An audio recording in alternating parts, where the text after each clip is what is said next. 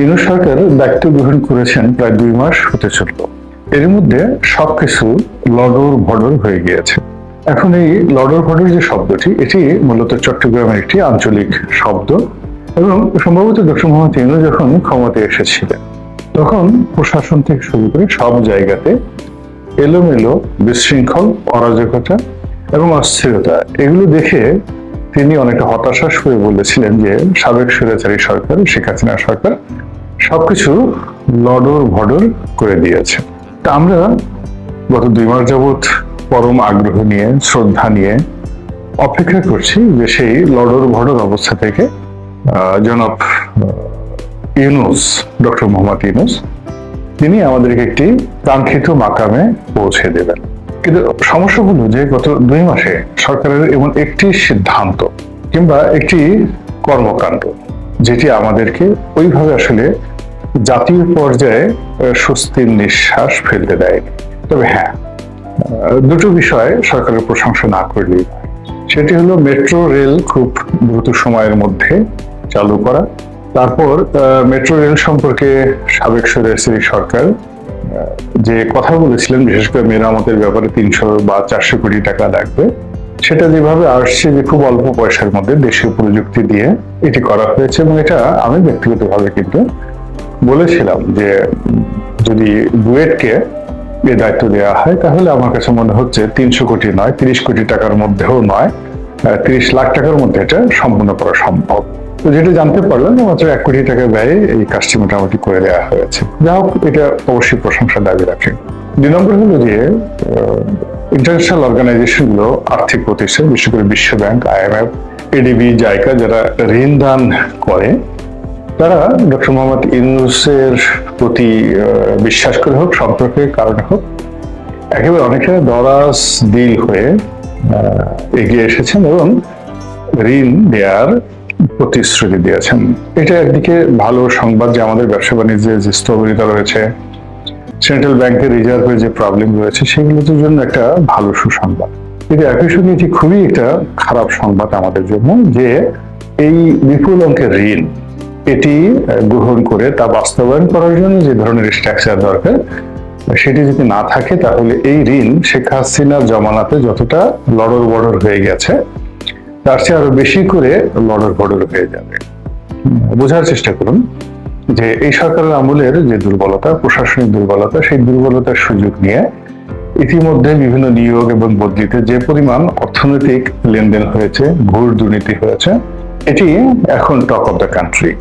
তো 3 কোটি টাকা দিয়ে, তাও আবার চেকের মাধ্যমে, একজন ডিসি নিয়োগ, এটি বাংলাদেশে কেউ কল্পনা করতে পারেনি। সেই ঘটনা কিন্তু এই সময়টাতে হয়েছে। এনিওয়ে, এখন আমি যেটা বলছিলাম যে ইউনূসের যারা সমর্থক রয়েছেন তাদের বক্তব্য হলো যে 15টা বছর সুযোগ আপনারা বঞ্চিত ছিলেন, কথা বলতে পারেননি, জুলুম ছিল, নির্যাতন ছিল। তো হঠাৎ করে এই সরকার আসলো, আসার সঙ্গে সঙ্গে আপনারা এত অধৈর্য হয়ে কেন পড়েছেন? অ্যাটলিস্ট 15 মাস তো তাকে সময় দেবেন। বক্তব্যটা হলো যে আওয়ামী লীগ বলেন, বিএনপি বলেন, মূলধারা যারা রাজনৈতিক দল, তাদের সঙ্গে জনগণের একটা সম্পৃক্ত থাকে। মন্ত্রী বলেন, এমপি বলেন, সবার মাধ্যমে জনরোষটা আসলে এখানে মিনিমাইজ হয়। তো কাজেই একটা নির্বাচিত সরকারকে 15 মাস দেওয়া আর অনির্বাচিত সরকারকে 15 দিন দেওয়া, এটি রাজনীতির ভাষায় বা রাষ্ট্রবিজ্ঞানের ভাষায় এক নয়। তো এখানে ডক্টর মোহাম্মদ ইউনূস তার যে কর্মতৎপরতা বা সিদ্ধান্তগুলো, এগুলো আসলে 15 দিনের মধ্যেই দৃশ্যমান এবং আশা ব্যঞ্জক এবং আশা জাগা নিয়ে হওয়া উচিত ছিল, যেটি আসলে আদৌ হয়নি। এবং এটি না হওয়ার কারণে কিন্তু আমরা অনেকে ধৈর্য হারা হয়ে পড়েছি। দ্বিতীয়ত, তার অনেক গুণাবলী রয়েছে। এত গুণাবলী না হলে পশ্চিমের দুনিয়ার যারা লোক আছেন তারা তো আমাদের মতো এত বেকুব নন। তারা ডক্টর ইউনূসের নামে পাগল, ইউনূস বন্দনা, তারপরে শেষে সেই ইউনূস তোষণ, ইউনূসের জন্য তারা অনেক কিছু করছেন। কেন করছেন, কিভাবে করছেন, আমরা সেটা বলতে পারি না। তবে এখানে মূল ব্যাপার হলো যে পশ্চিমা জীবনটা খুব অদ্ভুত এবং এখানে পশ্চিমারা যে কার অনুগত হয়, কার বিরাগ ভাজন হয়, এটা আমরা বলতে পারি না। বিশেষ করে ভারতীয়দের ব্যাপারে যারা একটু ভালো করে তাদেরকে নিয়ে কিন্তু পশ্চিমা দুনিয়াতে নিদারুণ ভাবে একটা আগ্রহ থাকে। যেমন ভগবান রজনীশ নামক একজন হিন্দু গুরু ছিলেন। তারপর ভগবান রজনীশের পরে যে পণ্ডিত রবিশঙ্কর, ভারতীয় ধ্রুপদী গায়ক, ওনাদেরকে নিয়ে নিদারুণ ভাবে, যাকে বলা হয় সঙ্গীত বুঝুক আর না বুঝুক, পশ্চিমা দুনিয়াতে কিন্তু সেই পণ্ডিত রবিশঙ্করকে নিয়ে একটা মাতোয়ারা ভাব ছিল এবং এখনো আছে। একইভাবে কিছু বুঝুক বা না বুঝুক, পশ্চিমা সংস্কৃতিতে ভগবান রজনীশ একটা নতুন বিপ্লব এনেছিলেন। আমাদের দেশে তাকে ভণ্ড, তারপর সে খুবই অশ্লীল, বাজে লোক, ধর্ষণকারী হিসেবে বর্ণনা করা হলেও পশ্চিমা দুনিয়াতে ভগবান রজনীশ, তাকে সত্যিকার ভগবান বলা হয়, কিন্তু তিনি আসলে ভগবানও নন, কোনো ধার্মিকও নন, একেবারে পুরো নাস্তিক একজন মানুষ। তো পশ্চিমারা কিন্তু তাদেরকে নিয়ে খুব বাড়াবাড়ি করে। এখানে নোবেল পুরস্কার নিয়ে খালিদ মহিউদ্দিন সাহেব দারুণ একটা কথা বলেছেন যে এটি একটি পুরস্কার, নাথিং মোর। এটার একটা অর্থমূল্য রয়েছে এবং এটা পাওয়া মানেই কোনো কিছু নয়। তো ডক্টর মোহাম্মদের ইউনূসের যে মূল সফলতা, সেটা হলো একজন অর্থনীতিবিদ হিসেবে তিনি যে গ্রামীণ ব্যাংক পরিচালনা করছেন বা উদ্ভাবন করেছেন, বা তিনি অন্যান্য যে সকল শিল্প উদ্যোক্তা হিসেবে কর্মকাণ্ড করেছেন, তার কর্পোরেট যে লাইফ এবং তার ইনোভেশন, এটাই কিন্তু তাকে নিয়ে আমরা গর্ব করতে পারি এই বিষয়গুলোর জন্য। কিন্তু তিনি রবীন্দ্রনাথ নন, তিনি 2 লাইন কবিতা লিখতে পারেন। আবার তিনি নেলসন ম্যান্ডেলা নন, সংগ্রামী নন। তিনি কার্যত আমরা তাকে দেখেছি একেবারে সাধারণ, সাদা সিধে একজন মানুষ, নিজের কর্ম নিয়ে ব্যস্ত থাকতে চান, নিজের কর্ম নিয়ে সুখ শান্তিতে থাকতে চান, কিন্তু পলিটিক্যাল যে লিডারশিপ, এটি তার মধ্যে কখনো ছিল না। এবং গত এই 2 মাসে আমরা তার মধ্যে কোনো রাজনৈতিক নেতৃত্বের যে জায়গাগুলো আছে সেখানে বলতে গেলে শূন্য তো নয়, মাইনাস।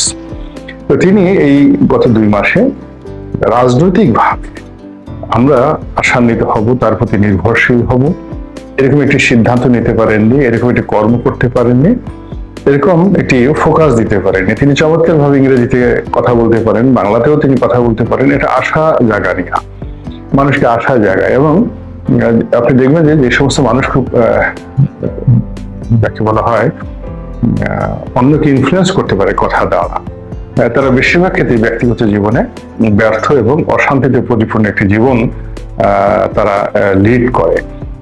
তো আমাদের দেশে হবে সেই ছেলে কবে কথায় না বড় হয়ে কাজে বড় হবে।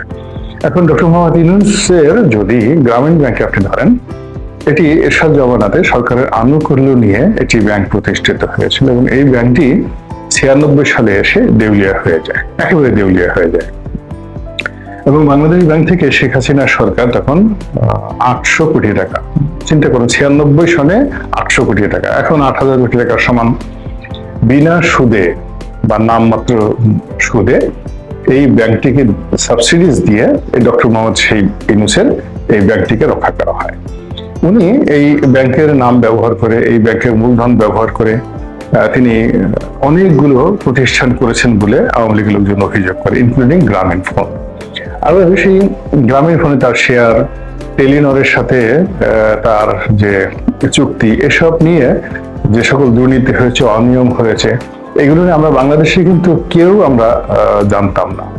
সেই নরওয়ের যে একটি টেলিভিশন, তারাই কিন্তু প্রথম এই গ্রামীণ টেলিকম নিয়ে, ডক্টর ইউনূসের অর্থনৈতিক লেনদেন নিয়ে কিন্তু প্রথম তারা সেই রিপোর্ট তারা প্রকাশ করে, যারা সারা দুনিয়ায় হইচই পড়ে যায়। এবং ওটার পর থেকে কিন্তু বাংলাদেশেও ডক্টর মোহাম্মদ ইউনূস সম্পর্কে নেতিবাচক আলোচনা শুরু হয়।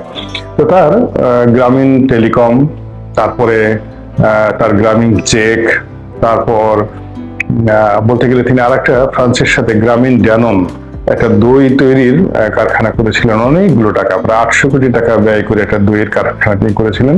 এই সমস্ত প্রকল্পগুলো কিন্তু ব্যর্থ হয়েছে এবং এখানে বলতে গেলে ব্যাংকরাপ্ট, এই জিনিসগুলো ব্যাংকরাপ্ট হয়েছে এবং এখানে তার কত টাকা লস হয়েছে এবং এই টাকাগুলো তিনি গ্রামীণ ব্যাংক থেকে নিয়েছেন, গ্রামীণ টেলিকম থেকে নিয়েছেন, নাকি বিদেশে বক্তৃতা করে বিবৃতি দিয়ে সেখান থেকে উপার্জন করেছেন, এই জিনিসগুলো কিন্তু আমরা এখনো জানি না।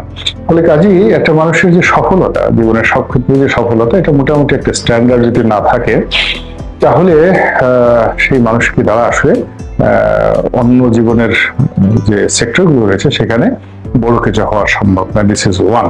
সেকেন্ড হলো রাজনীতি এমন একটা বিষয়, এখানে শুধুমাত্র পলিটিক্যাল লিডারশিপ, ভিশন, সাহস, দক্ষতা, অভিজ্ঞতা এগুলো থাকতে হবে। অনেক রাজনৈতিক নেতৃবৃন্দ রয়েছেন, দুনিয়া কাঁপানো রাজনৈতিক নেতৃবৃন্দ, যারা অক্ষর জ্ঞান ছিল না, কলম দিয়ে লিখতে পারতেন না। যেমন সম্রাট আকবর, তিনি লিখতে পারতেন না, একেবারে লিখতেও পারতেন না, পড়তে পারতেন না।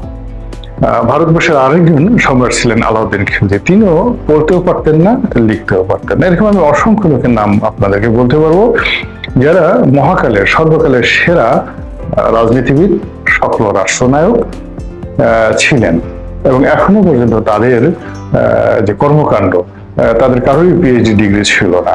এমনকি অনেকে এতটা দুর্বল ছিলেন, যেমন আমি ইউরোপের কয়েকজন সম্রাটের নাম জানি, ফিলিস্তিনের কয়েকজন সম্রাটের নাম জানি, তারপরে মধ্যপ্রাচ্যের কয়েকজন সম্রাটের নাম জানি, যারা মূলত যাকে বলে এখন প্যারালাইজ ছিলেন, বিছানায় শুয়ে শুয়ে তারা সিদ্ধান্ত দিতেন, কিন্তু তাদেরকে বলা হয় ইতিহাসে great, one of the greatest emperor in all time. এরকম কয়েকজন সম্রাটের নাম রয়েছে।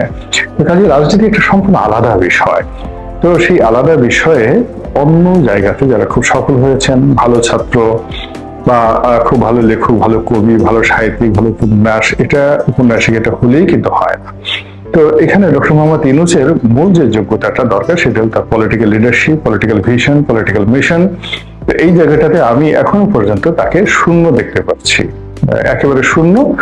আর এই শূন্য নিয়ে তিনি গত 2 মাসে যে কর্মকাণ্ড করেছেন, সেটাকে শূন্য নিচে মাইনাসে চলে এসেছে তার কর্মকাণ্ড। এর ফলে কি হচ্ছে, আগে যে সমস্যাগুলো ছিল সেই সমস্যাগুলোর সাথে ডক্টর ইউনূসের নেতৃত্বে এই সরকার আরো অনেকগুলো নতুন নতুন সমস্যা তৈরি করেছেন। পুলিশের নতুন সমস্যার সৃষ্টি হয়েছে, সিভিল অ্যাডমিনিস্ট্রেশন হয়েছে, ব্যাংকগুলোতে হয়েছে, বিমাগুলোতে হয়েছে, রাজনৈতিক সেক্টরে যে অস্থিরতা তৈরি হয়ে গিয়েছে। এরপরে যে মানুষগুলো 15 দিন আগে তাকে ব্ল্যাঙ্ক চেক দিয়ে তার পিছনে কথা বলেছে, ইনক্লুডিং জামাত, বিএনপি সহ অন্যান্য ছোট ছোট রাজনৈতিক দলগুলো, তারা সবাই এখন মানে তার বিরুদ্ধে যেভাবে কথাবার্তা বলছেন, এটা কোনো অবস্থাতেই এমন ইঙ্গিত বহন করে না যে তার পেছনে জাতি থাকবে এবং আরো 15 মাস তার জন্য অপেক্ষা করবে। এই কারণে মর্নিং শোজ দ্য ডে, সকালে সূর্যটা যত উজ্জ্বল হবে দিন তত ভালো যাবে, যেহেতু তার শুরুটা ভালো হয়। প্রকৃতিও তাকে সাড়া দেয়নি। কিন্তু ক্ষমতা আসার সঙ্গে সঙ্গে ফেনীতে সেই বিস্তীর্ণ এলাকায় বিরাট বন্যা হলো। এরপর সেই বন্যা যেতে না যেতেই পুরো চট্টগ্রাম, কক্সবাজার, বরিশাল, পটুয়াখালী, খুলনা এই অঞ্চলে শুরু হলো ঝড় এবং জলোচ্ছ্বাস। এই দুটো প্রাকৃতিক বিপর্যয়। আল্লাহ রাব্বুল আলামিন যখন কাউকে দয়া করেন, কোন বিশেষ করে যারা রাজা দয়া করেন, তখন প্রকৃতি দিয়ে তাকে সাহায্য করে। তো এখন এই সময়টিতে মনুষ্য সৃষ্টি কতগুলো সমস্যা রয়েছে, তার সঙ্গে সঙ্গে প্রকৃতির কতগুলো ব্যাড সিগন্যাল রয়েছে। তো এই ব্যাড সিগন্যাল গুলোর কারণে মূলত আমরা যারা সাধারণ জনগণ, আমরা ডক্টর মোহাম্মদ ইউনূসকে সতর্ক করছি যে আপনি স্বাভাবিক হন, যে বিষয়গুলো আপনি জানেন না সেই বিষয়গুলো নিয়ে যারা জানেন তাদের সাথে পরামর্শ করেন। আর রাজনীতিটা হলো ওপেন ডোর, সবার সঙ্গে কথা বলতে হবে। মানে এটা হলো বলতে গেলে এর চেয়ে এমন একটা ব্যাপার যেখানে আপনি কোনো সময় দরজা বন্ধ করতে পারবেন না। যত মানুষের সাথে কথা বলবেন, যত মানুষের সঙ্গে মিশবেন, ততই আপনার লাভবান হবে। এবং এখানে বস্তির লোক থেকে শুরু করে রিক্সাওয়ালা, সাধারণ মানুষের সাথে আপনার যত সম্পর্ক থাকবে, ততই আপনি লাভবান হবেন। লন্ডন, আমেরিকা কোনো অবস্থাতেই আপনাকে এই লড়র হড়র থেকে বাঁচাতে পারবে না। আল্লাহ আমাদের সবাইকে হেদায়েত দান করুন এবং হেফাজত করুন। আসসালামু আলাইকুম ওয়া রাহমাতুল্লাহি ওয়া বারাকাতুহু।